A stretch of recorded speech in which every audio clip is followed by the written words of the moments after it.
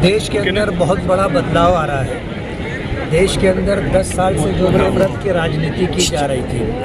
और धर्म के नाम पर लोगों को जिस तरह खाने में बांटा जा रहा था और माइनॉरिटी में ख़ास तौर पर जो है कुछ माइनॉरिटी को मखसूस तौर पर टारगेट किया जा रहा था,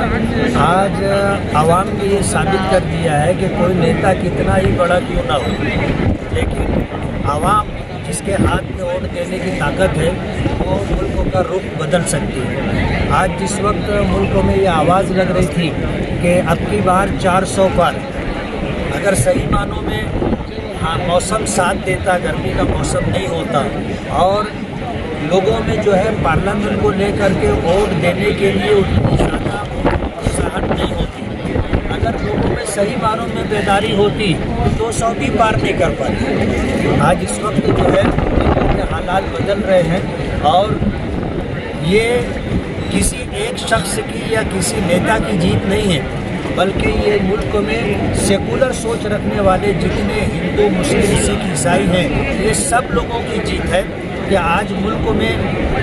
10 साल से जो नफरत पैदा करने की कोशिश की जा रही है उसका खात्मा हो रहा है और आने वाले दिनों में ये सब जो कुछ है वो भी ख़त्म हो जाएगा। सर, महाराष्ट्र के जो चुनाव है उस संदर्भ में क्या कहेंगे? वो जो रिजल्ट हो रहा है महाराष्ट्र में उसके संदर्भ में क्या कहेंगे? नहीं, महाराष्ट्र के अंदर भी यही बात है कि महाराष्ट्र के अंदर जिस तरह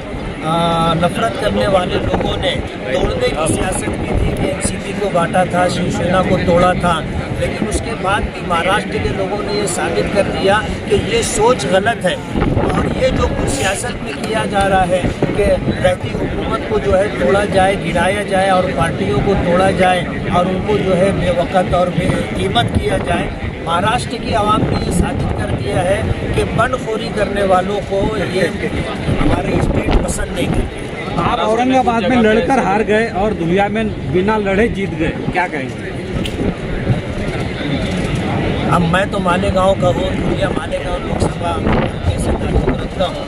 मैं तो ये बात कहूँगा कि जिस वक्त आज से 2009, 2014, 2019 में जो इलेक्शन हुआ था कुछ ऐसे हालात थे जिसकी वजह से जो है ये सेकुलर उम्मीदवार जीत नहीं सका था। इस वक्त सेकुलर उम्मीदवार को हमने ईद के दिन ही दूसरे दिन हमने ये बात कह दी थी कि आप लड़ो ताई और आप जीत करके आओगे। मुल्क में जो हालात बन रहे हैं अब पब्लिक के अंदर वोट देने की चाहत है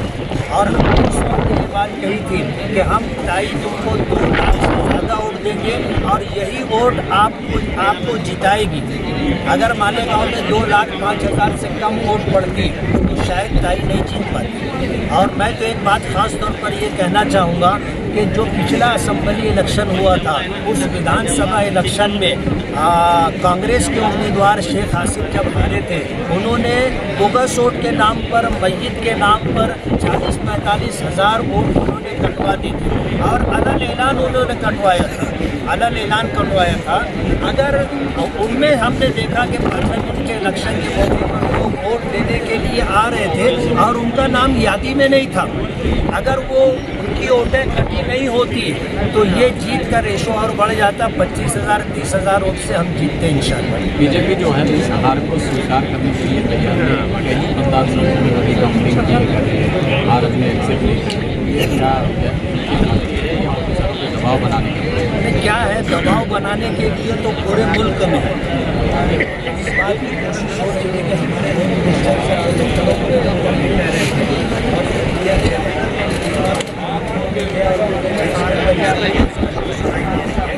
आज इस वक्त हारने वाले की यही सूरत हाल होती है कि जब वो हारता है तो हार स्वीकार नहीं करता है, हार कबूल नहीं करता है।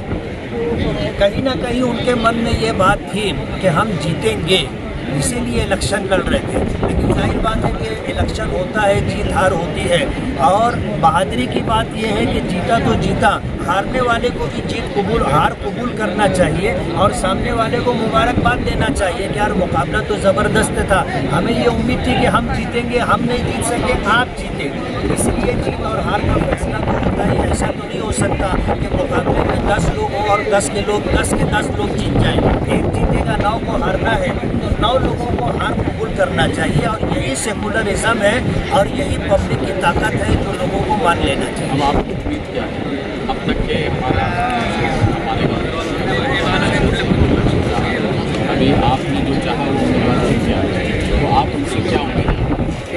हमारी चाहत तो ये है कि हमने पहली मुलाकात में उनसे कह दिया था कि हमारा आपसे कोई मुकाबला नहीं, हमारी आपसे कोई डिमांड नहीं, हम बगैर किसी शर्त के आपको हिमायत दे रहे हैं, आपको सपोर्ट कर रहे हैं। अगरचे पार्टी के एतबार से आपका हमारा इख्तिलाफ है, हम कांग्रेस पार्टी से ताल्लुक़ नहीं रखते, लेकिन हम आपको 100% सपोर्ट करेंगे और 2 लाख से ज़्यादा वोट देंगे, ये बात हमने कही थी। और उस वक्त हमने उनसे कहा था कि ताई आज आपसे हमारी कोई बातचीत नहीं, जिस वक्त आप चुन करके आ जाओगे उस वक्त हम आपसे बात करेंगे कि मालेगांव के विकास के लिए आप क्या करोगे, उस वक्त हम आपसे बात करेंगे। अब ताई जीत करके आ गई हैं, अब हम उनसे बात करेंगे। Thank you.